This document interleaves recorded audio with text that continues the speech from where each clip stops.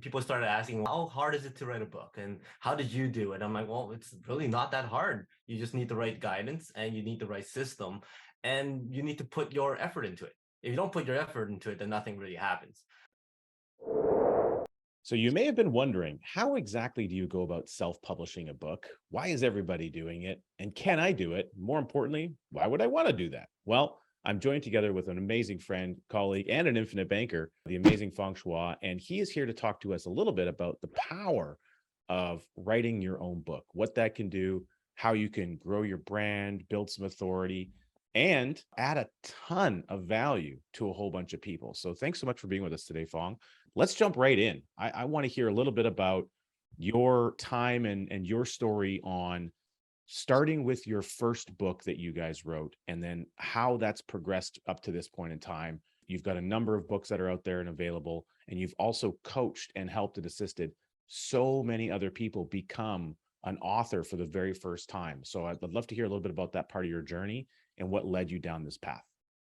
Well, first of all, thank you very much for having me. It's a joy, and I've known you for how many years has it been? Over 10 years, over a decade? Yeah, I And think we met at a real estate conference one day. Yeah, it's probably about 11 years roughly. 11, 12 years. You've been a great friend, and it's been a journey. Writing that first book has gone through lots of trials and tribulations. And after lots of learnings, lots of coaching, lots of experiences, we finally got that out.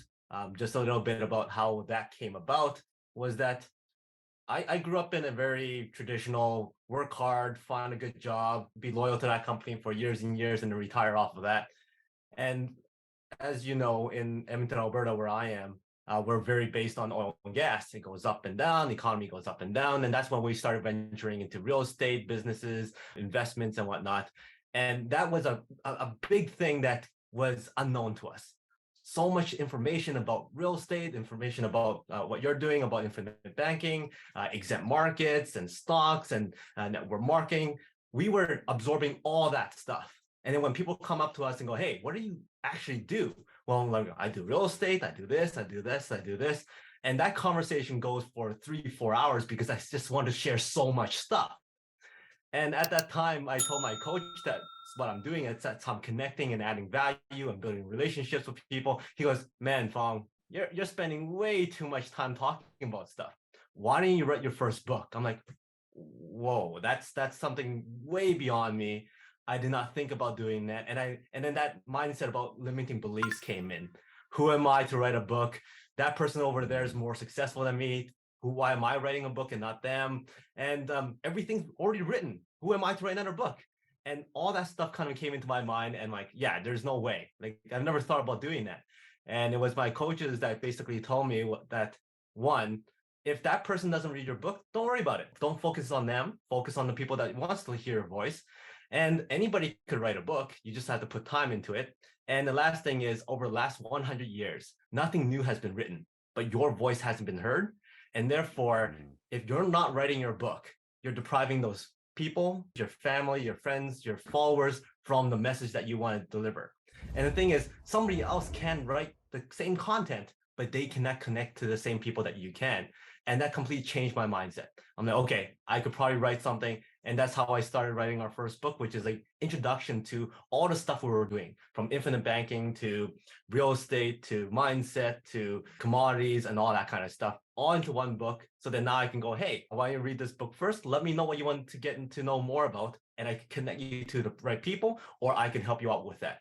And then after that, we were kind of preparing that first book. And within that period of time, we actually had 3 books in us. So we produced and published 3 books within the first 1 or 2 years. Yeah, that's incredible.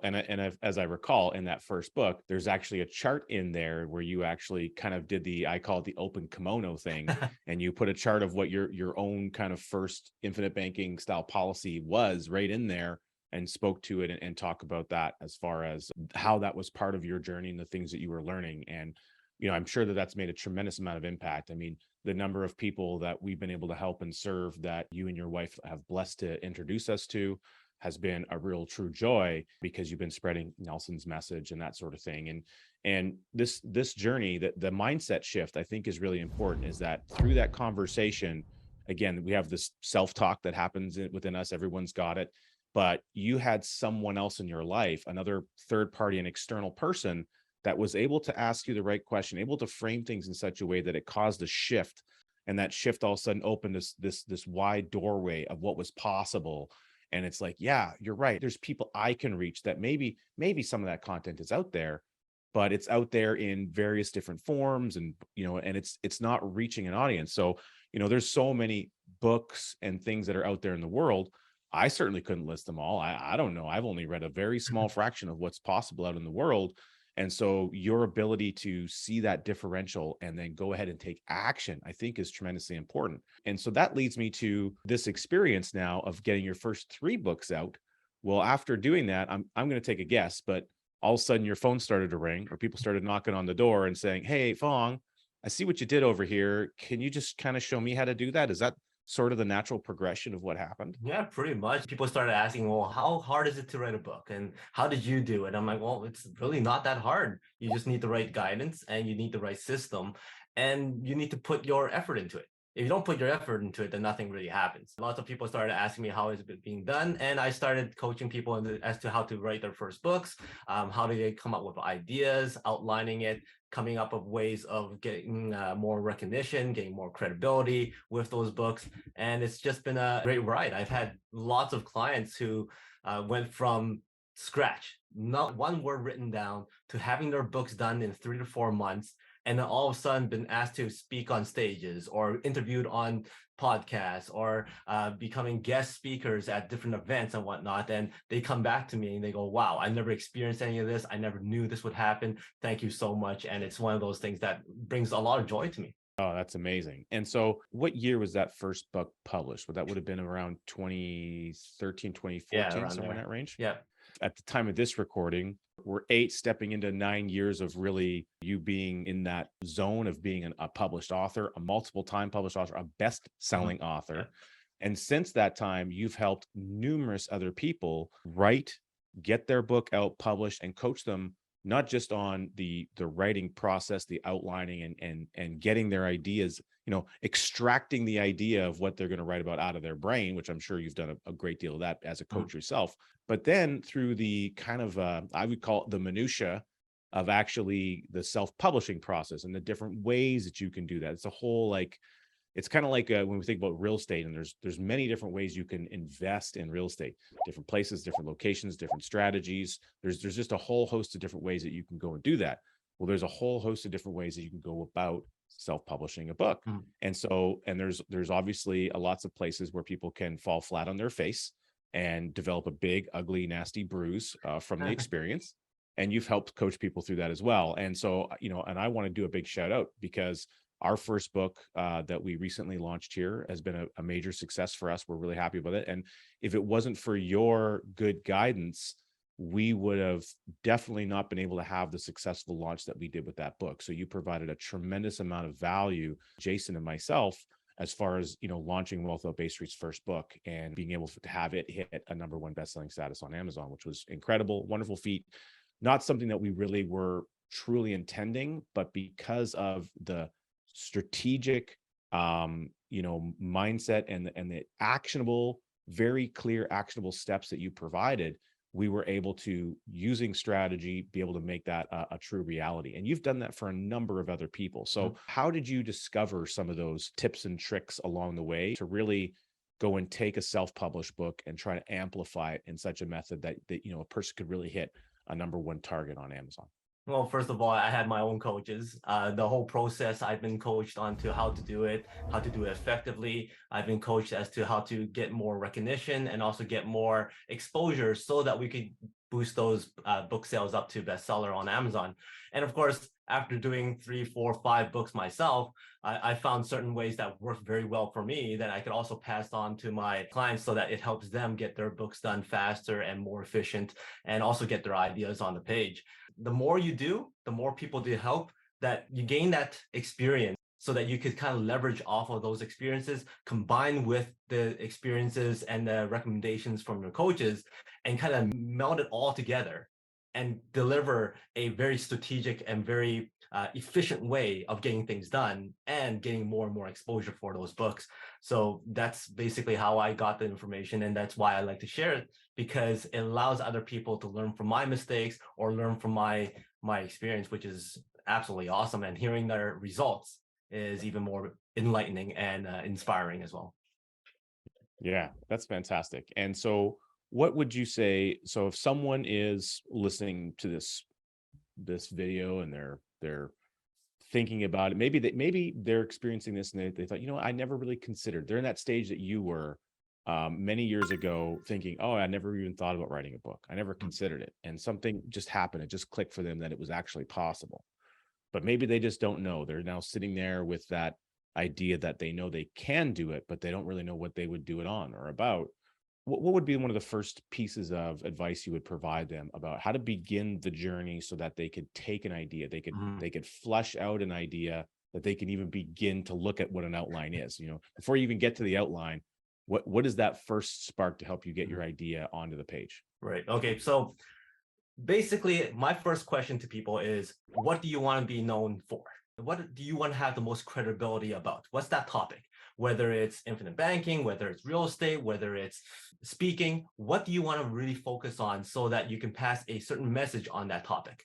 And then when it comes to that topic and that credibility that you want to build on that certain thing, what is that message that you want to share with them? With infinite banking, it might be, hey, this is the best way to build wealth. And with speaking, this is the best way to be effective on stage. What is that message? And I'm sure that everybody out there has some kind of message that they want to share. Everybody wants to talk. Everybody wants to share. When you're in a room, there's something to talk about usually. And when you want to talk about something, you want to share something. So what is that thing that you want to talk about? Then I go, hey, do you believe that you could talk about that topic for, let's say, an hour, maybe even 2 hours, just speaking about it? And most people can, right? You could talk about a movie and your experience about that movie for an hour, hour and a half, if you really were passionate about it. So if you had a message that you're strong about and you really want to share, you could speak about that topic an hour and a half, maybe even 2 hours. Now, if people go, no, I can't do that. Well, how about this? Take that topic and break it down into 10 mini topics. Can you do that? And then go, probably. So for instance, let's say speaking. What do you need to do for speaking? Well, you need to have the right mindset. You have to take the action to go and speak. You need to have stage presence. You need to have vocal variety. You need to have XYZ, whatever it is. So right off the bat, I spouted off about 4 or 5 topics about speaking. So then with those 4 or 5 topics, can you speak 5 to 7 minutes of each topic? Well, if you can, then you basically have about a chapter's worth of content within those 5 to 7 minutes. With regards to 10 chapters, that means 10 topics. You should have enough content for a whole book. So that's usually how I coach my clients. If they still have issues about coming up with that 5 to 7 minute talk about each segment, then I go, okay, this segment, what are the 3 main points or 5 main points you really, really want to focus in on? They'll say, oh, well, vocal variety, why do you have to speak high? Why do you have to speak low? Why do you need to be soft and at certain instances?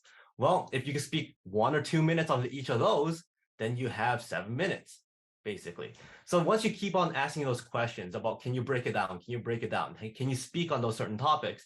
Then you most likely have enough content for a whole book. If you could speak an hour and a half to 2 hours, you have enough content. Then it comes down to writing it. Personally, for me, I write it as if I'm speaking to somebody. So lots of people are concerned about writer's block. If I put people on the spot and ask them a question, they could usually answer that question right back to me, which means you're not going to get writer's block if you keep on asking yourself questions.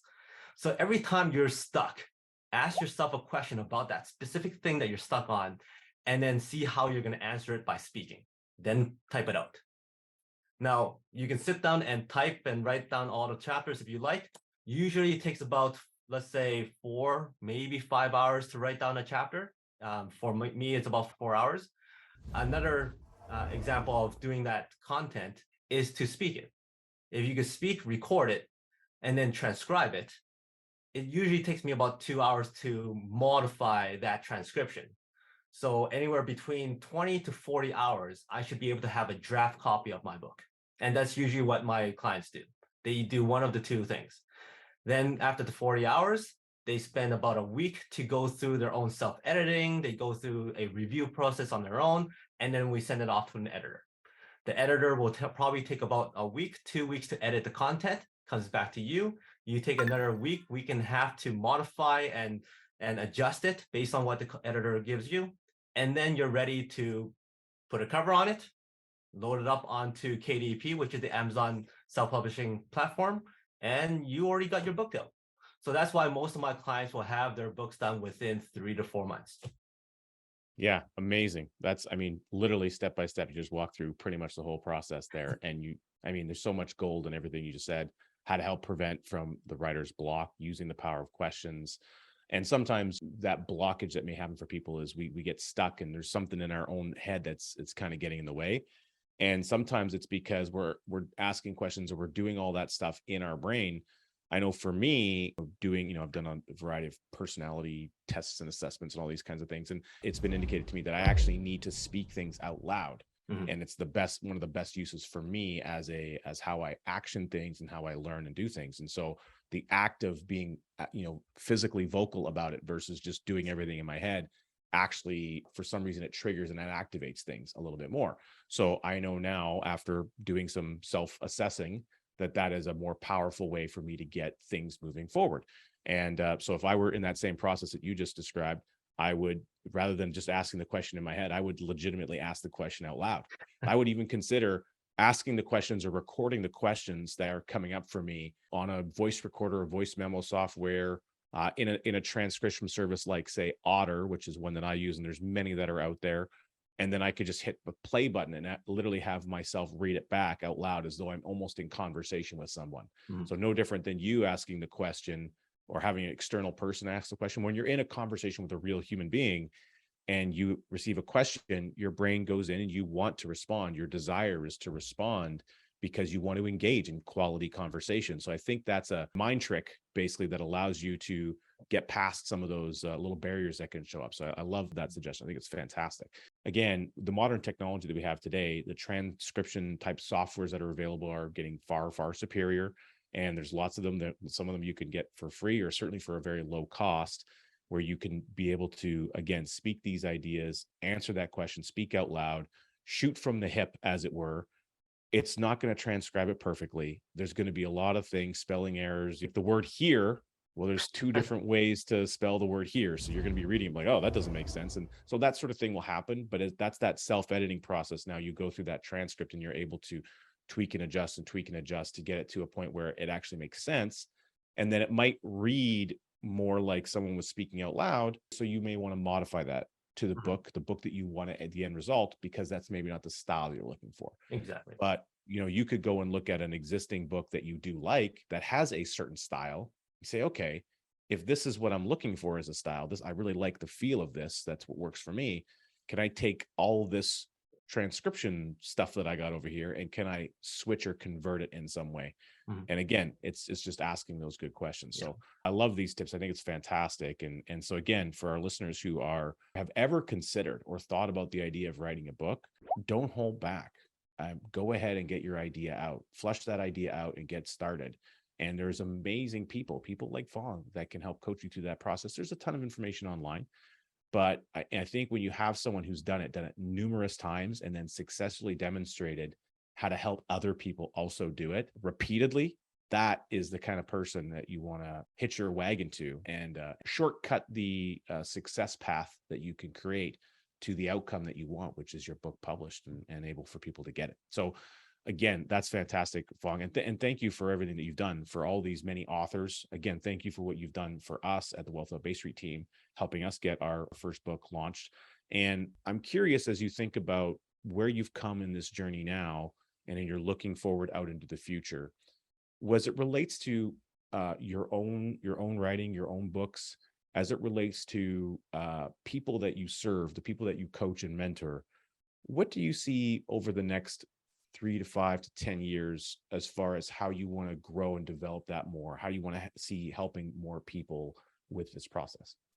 Well, I believe that most of the people who come to me about getting their books written are somewhat introverts. They're like, oh, I'm too scared to go out and do this, or who am I to do this? And I don't know the first thing about writing books, and what is this going to do for me? All those questions, because they're too sheltered. They don't want to jump out and showcase themselves. And the main thing I've seen is when they do that, this major confidence boost comes up. All of a sudden, they're walking a little like straighter, their heads held up higher. They have this demeanor, this aura about them when they walk into a room that, like, you know what, I've accomplished something that I've never accomplished before. I'm an author, I'm a best-selling author, and all of a sudden people start gravitating to them. And I find that that is amazing. Like that confidence level is something that you can't just buy. You can't just buy confidence. You need to develop them. And when it comes to writing a book, it's one of the fastest ways that I found that boosts people's confidence up, because they put so much effort into them, and also is able to help other people with their message, which again adds to their confidence.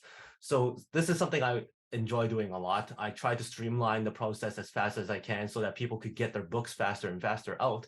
Not quality of it, but increasing the efficiency of it so that it's easier for people to do. I give out templates to them so that they can finish it faster. I provide lots of assistance and all that kind of stuff. I know I'm focusing a lot on the people who might find this daunting about getting words on a page, but there's some people goes, what? I got so much content. I have so much stuff I want to share. How can I put this all together?